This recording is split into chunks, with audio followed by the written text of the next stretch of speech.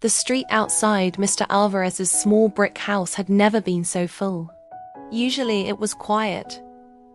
Just the occasional passing car, the rustle of trees, and the soft hum of porch lights flickering on at dusk. But tonight, the road was alive. Nearly 400 students stood shoulder to shoulder, filling the sidewalks, the lawns, and the asphalt. Some clutched candles. Others held handmade signs with crooked letters and bright markers. "We love you, Mr. A. Best teacher ever. Thank you for believing in us." No one had planned for it to be this big. It started with a message in a class group chat. What if we sang outside his house? Within hours, it spread across grades, classrooms, and friend circles. By evening, the quiet neighborhood had turned into a chorus waiting to happen. At the center of it all was the little house with the blue shutters. Inside, Mr. Alvarez lay in a hospital bed set up by the window.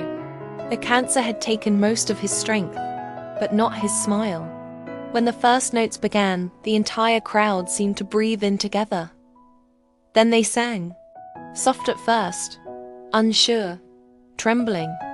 A song he used to play during class when students looked stressed before exams. A song he said reminded him that life was bigger than any one bad day. The voices grew stronger. Hundreds of teenagers who normally whispered through lectures or laughed too loudly in hallways now sang with everything they had. The sound filled the street, climbed the trees, and drifted through the open window of the little house. Inside, Mr. Alvarez opened his eyes. His daughter helped him sit up just enough to see outside. Through the window he saw a sea of faces. Former students, current students, athletes, artists, quiet kids from the back row, troublemakers he'd refused to give up on.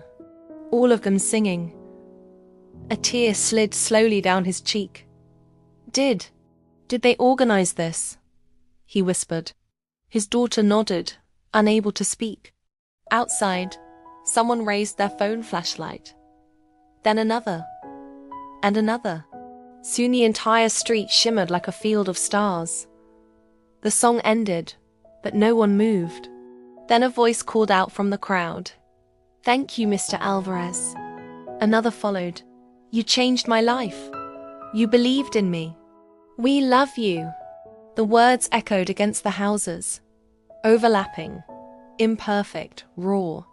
The kind of truth that only appears when people forget to be embarrassed. Inside, Mr. Alvarez placed a trembling hand against the window. For 40 years he had taught history, but his real lessons had been quieter. Patience, kindness, second chances. He stayed after school for students who needed help. He bought lunches when someone forgot theirs. He remembered names long after graduation.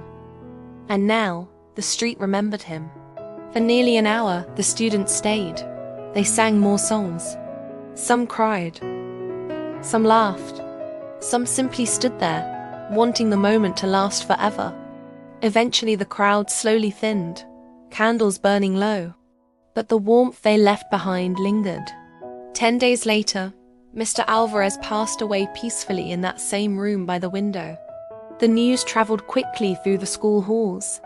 Classes felt quieter. Lockers closed more gently. Teachers paused longer between sentences. But something else spread too: stories.